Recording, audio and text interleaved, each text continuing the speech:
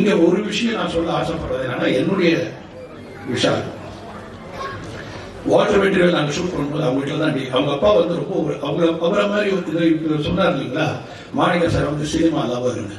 அதே மாதிரி ஒரு மிகப்பெரிய லவர் அவங்க அப்பா வந்து படம் எடுக்கணும். நான் அப்பா பண்ணும்போது வாட்டர் மெட்டீரியல் எல்லாமே அதை ரீமேக் பண்ணணும், இதை ரீமேக் பண்ணணும், இந்த படம் இருக்கணும், அந்த படம் இருக்கணும்.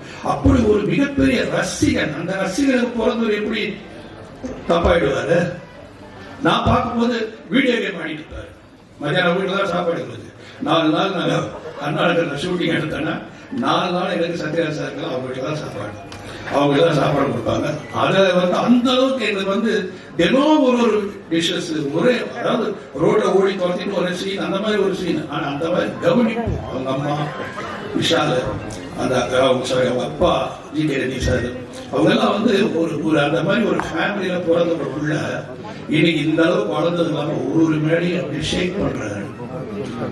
ஷேக் பண்ணி அதுக்கு உண்டான ஒரு எசன்ஸ் ரொம்ப அருமையா சொன்னாரு. எதுக்காக தனக்காக நான் செய்யல, இந்த மேடையில நான் இதை செஞ்சது காரணம் இந்த படம் ரெட் ஃப்ளவர்ன்ற படம் வந்து எல்லா இடத்துலையும் போய் சேரணும், அதை ரீச் பண்றதுக்காக தான் நான் இந்த மாதிரி ஒரு விஷயத்தை பேசுறேன் அப்படின்னு சொல்லும் போது அந்த நல்ல மனசு இருக்கிற வரைக்கும் என்னைக்குமே விஷால் நல்லா இருக்கு.